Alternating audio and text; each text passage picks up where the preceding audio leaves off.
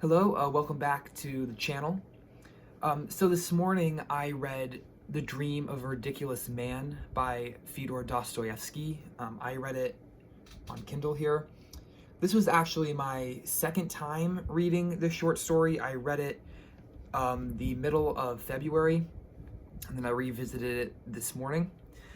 It's a short story. My version, my Kindle version that I have is only 32 pages, so it's an incredibly quick read, but it has quite a lot of interesting philosophy taking place inside of it, even though it is so short.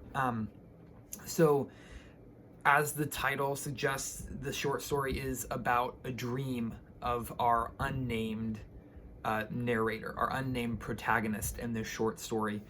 He is a self-proclaimed ridiculous man. He says those around him have called him a ridiculous man. He is obviously a existentialist, obviously a nihilist. When you read about his character, the flow of the story is that it starts with him telling the reader that he is going to kill himself that on the night of the opening of this story. And so on the day that he has decided to kill himself, a young girl comes running up to him, frantic and panicked and spewing words incoherently, and he can piece together that this girl is trying to get someone to come help her because her mother is very sick and dying. And he brushes the girl away, and he goes back to his flat. And it's that night that he has basically decided that he is going to kill himself. He has a dream. He falls asleep and he has a dream. And in this dream, multiple things happen, but at the beginning of the dream, he is in a coffin. He's in a coffin and he is already dead. And he is dreaming of himself being carried in the coffin and being buried. And so the first part of this dream is spent in this coffin underground. And then the coffin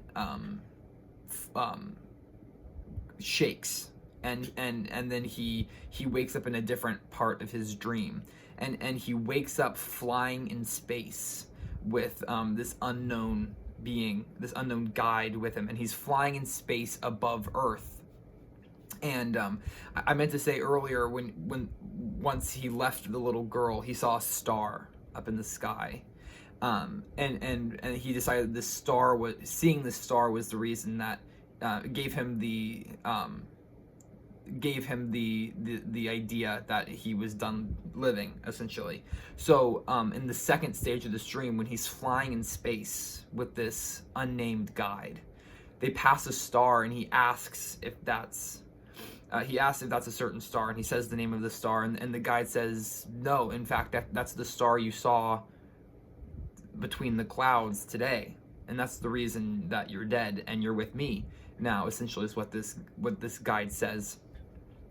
Then the guide leaves, and our unknown narrator is left in space alone, and he finds this, what he calls the other Earth, and it's another planet that looks almost exactly like Earth, but it is a planet of paradise, and it's a version of Earth if humans had not sinned, as the story of Adam and Eve goes in the Garden of Eden, falling to temptation and sinning and cursing all of mankind.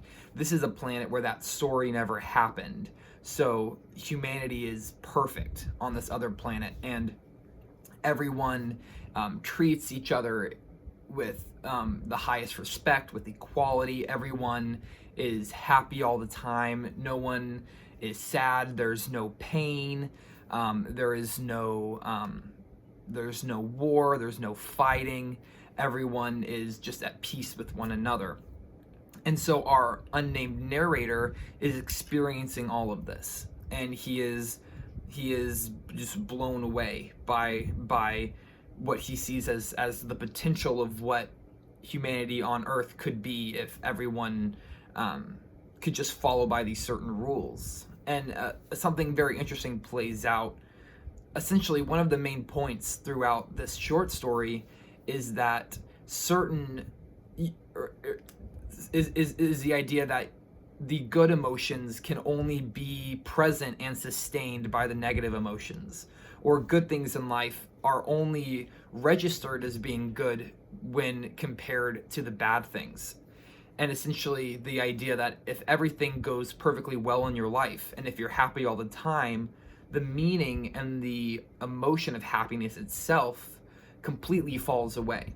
And you're no longer able to experience it. You need to have some of those darker times in your life so that when you have those happy moments, you can register them and you can appreciate them. And so in this little last part of this dream, it gets really interesting because our unnamed narrator starts talking to the beings on this other Earth, and he explains how things on our planet works. And he explains things like our pursuit of knowledge and our pursuit of figuring out the unknown, about sciences. He talks to them about our government structures, about our judicial systems, about our militaries and our warfare history and our military history. And he starts explaining all of these things to these other beings about human nature, and they start adopting it into their own society. So the first thing that they adopt from human nature is lying. And in the novel it says they learned to lie and they learned to crave the lie, or at least that's what it says in my translation. And it said it started small and then grew from there, because a lie always starts small and then it gets larger. And then it says that then as they became criminal, they began to form governments, and as they learned as they became more corrupted, they learned virtue. And it's all of these little groupings of, when this happens, then they learned this, or when this happens, then this happens. And slowly he corrupts this society of perfect beings, and they become very similar to humans on Earth. And so essentially at the end of this novel, at the end of the short story, the narrator's takeaway is that the only thing in life is to live up to one's own consciousness. And what he means by that, or what I think he means by that, is the idea that there are so many ways that you can live your life. There is no just one right, good way and one evil, wrong way to live. And in his estimation, one has to simply figure out what oneself values in a life, in their life, and then live up to their own conscience about it. So at the end of this novel, he leaves his flat. At the end of the short story, he leaves his flat, and he goes out to try to find this little girl so he can help her, because he realizes that for himself, treating others with love and respect as he would want to be treated is his utmost concern. It's the one thing that he wants to do in his life. It's his one mission. And so he's living up to his consciousness in that way.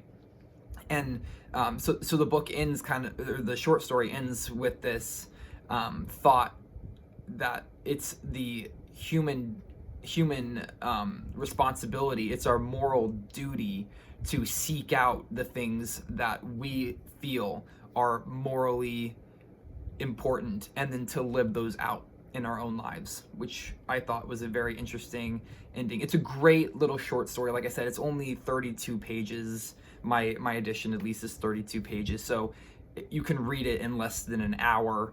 And there are a lot of little interesting things to think about. It's a great short story to reread as well. This is my second time reading it. I'm sure I'll be reading it again in the future. I really enjoyed it. I would recommend it to anyone. It's a little bit dark. It's a little depressing. I mean, it's Dostoevsky. What are you going to expect, right? But it's highly worth the read, and I recommend it to absolutely anyone who's interested in it. Thank you so much for watching. I hope you enjoyed. If you have read The Dream of a Ridiculous Man, please let me know your thoughts down in the comments. And thank you so much for watching, and I will see you next time. Bye.